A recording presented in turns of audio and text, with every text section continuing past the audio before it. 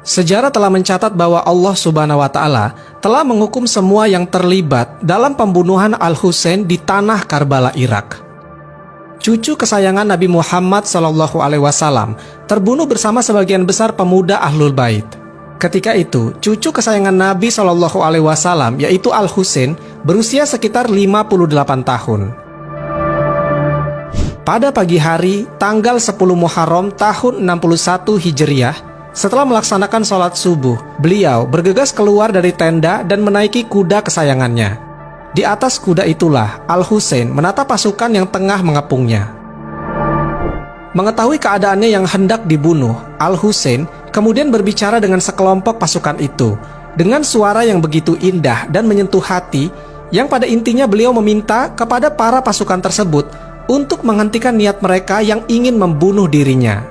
Namun mereka yang telah terkunci hatinya tidak mau sadar. Pasukan yang mengepung atas perintah Ubaidullah bin Ziyad itu terus saja memaksa Husain bin Ali untuk mengakui kekuasaan Khalifah Yazid bin Muawiyah. Peristiwa ini direkam dengan sangat jelas dalam Tarikh At-Tabari dan dalam kitab Al-Bidayah wan Nihayah karya dari Imam Ibnu Katsir. Begitu dahsyatnya pertarungan kekuasaan di masa khilafah dahulu, mereka tidak segan membunuh cucu Nabi demi kursi khalifah. Apa mereka sangka bahwa Rasulullah SAW tidak akan tahu tentang peristiwa itu? Lantas apakah mereka yang telah membunuh Al-Husain masih berharap nantinya akan mendapatkan syafaat dari Rasulullah SAW? Jangankan di akhirat, sudah terbukti dalam catatan sejarah bahwa mereka yang telah membunuh Sayyidina Husain langsung mendapatkan azab kontan di akhir hidupnya. Baiklah, mari kita simak kejadian mengerikan yang terjadi kepada orang-orang terlaknat ini. Imam Ibnu Katsir dalam kitabnya Al-Bidayah wan Nihayah bercerita tentang bagaimana Sayyidina Husain terbunuh di padang Karbala. Para pasukan memukul kepala Al-Husain dengan pedang hingga berdarah. Beliau kemudian membalut luka di kepalanya dengan merobek kain jubahnya, dan dengan cepatnya balutan kain itu terlihat penuh dengan darah. Ada yang kemudian melepaskan anak panah dan mengenai leher Husain, namun beliau masih hidup. Sambil memegang lehernya menuju ke arah sebuah sungai karena kehausan, lalu kemudian seorang pemimpin pasukan sayap kiri yang bernama Syamir bin Zil Jausan memerintahkan pasukannya untuk menyerbu Husain. Mereka menyerang dari segala penjuru dan tidak memberinya kesempatan untuk minum.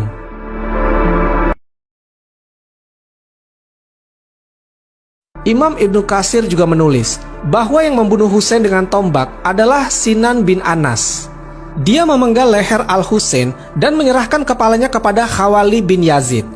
Ibnu Katsir mencatat bahwa 72 orang pengikut Al-Husain ikut terbunuh pada hari itu. Imam Suyuti dalam Tarikh Al-Khulafah juga mencatatkan bahwa ada 4.000 pasukan yang mengepung Sayyidina Husain. Pasukan itu di bawah komando Umar bin Sa'ad bin Abi Waqqas.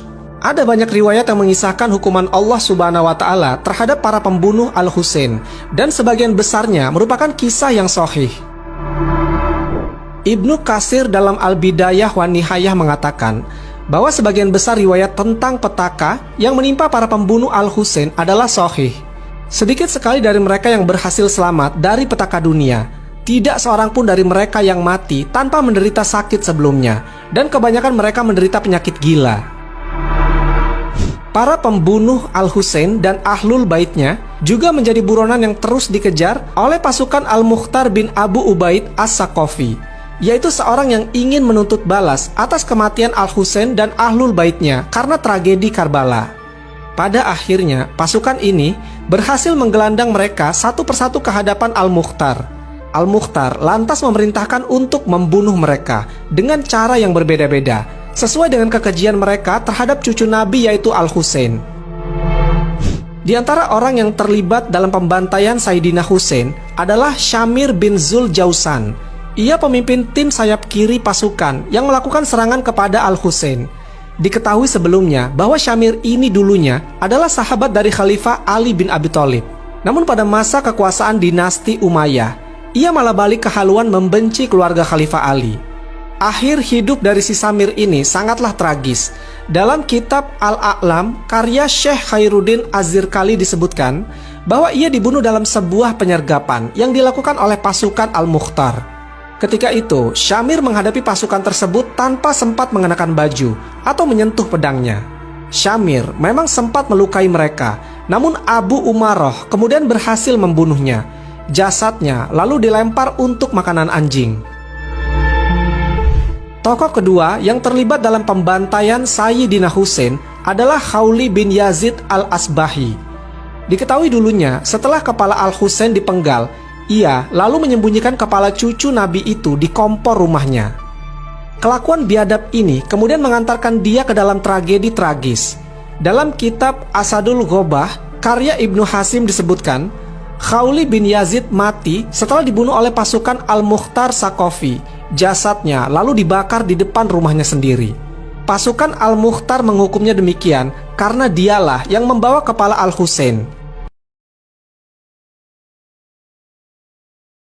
Sosok selanjutnya yang terlibat dalam pembunuhan Al-Husain adalah Umar bin Sa'ad bin Abi Waqqas.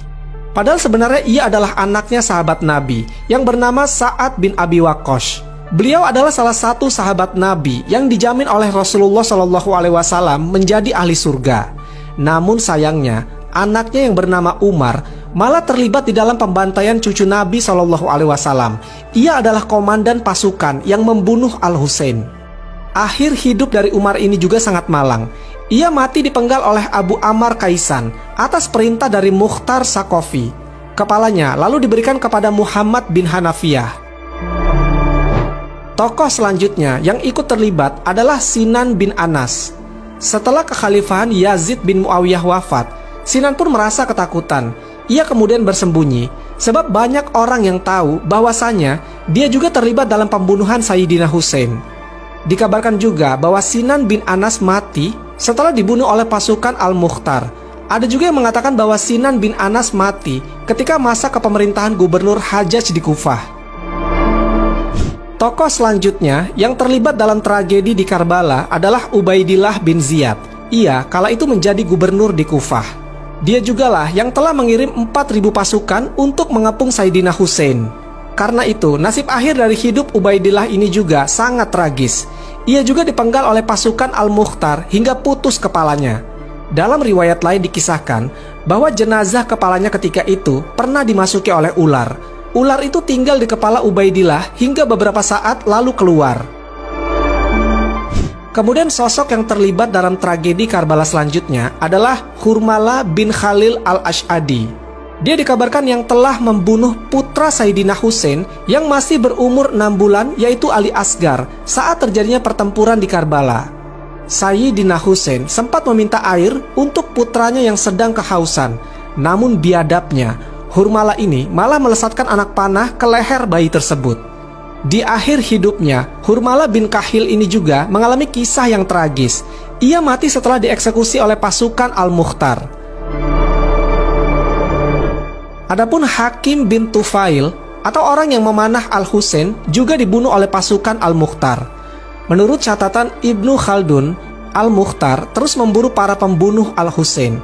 Setelah mendapat informasi tentang keberadaan Ubaidullah bin Asad al-Juhani, Malik bin Nasir al-Kindi, dan Hamal bin Malik al-Muharibi, yaitu di wilayah Qadisiyah, dia langsung meringkus dan membunuh mereka. Dia juga menangkap Ziyad bin Malik ad-Dubai, Imran bin Khalid al-Asari, Abdurrahman bin Abu Hashkah al-Bajali, dan Abdullah bin Qais al-Khawlani. Orang-orang inilah yang dahulu merampas bahan pewarna pakaian yang dibawa Al-Husain. Pasukan Al-Mukhtar lalu membunuh mereka semua.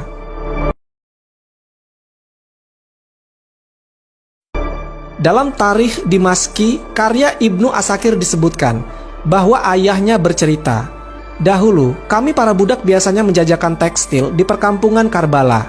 Suatu hari, kami bertemu dengan seorang laki-laki yang terlibat dalam pembunuhan Al-Husain. Laki-laki itu berkata, 'Wahai penduduk Kufah, kalian memang pendusta. Kalian bilang bahwa semua orang yang terlibat dalam pembunuhan Al-Husain telah dimatikan oleh Allah dalam kondisi su'ul khotimah atau terbunuh secara keji. Buktinya, aku masih hidup, padahal aku berada di tempat kematiannya ketika itu. Bahkan ini, aku mempunyai harta yang paling banyak.' Mendengar hal tersebut, kami pun segera menyudahi makan.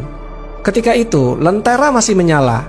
Pria itu kemudian beranjak untuk mematikan lentera tersebut. Ia berusaha mengeluarkan sumbu dengan jari tangannya, tetapi tiba-tiba api menyambar jarinya. Ia berusaha memadamkan api tersebut dengan meniupnya, tetapi ketika jari itu didekatkan ke mulut, api itu justru menyambar janggutnya. Ia pun berlari ke kolam lalu menceburkan diri ke dalamnya. Tetapi kulihat, api itu tetap menyala di dalam air dan membakar tubuhnya sampai hangus seperti arang. Masih dalam tarikh Dimashqi, Al-A'mashi mengatakan, "Aku mendengar perihal seorang laki-laki yang sengaja buang air besar di atas makam Al-Husain bin Ali.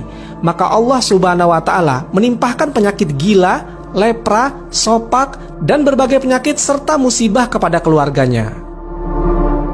Jadi itulah kisah tragis orang-orang yang terlibat dalam pembantaian cucu Nabi Muhammad SAW di padang Karbala. Betapa hinanya mereka di dunia, hidupnya tidak tenang di rundung kesalahan, dan berakhir dengan kematian yang tragis.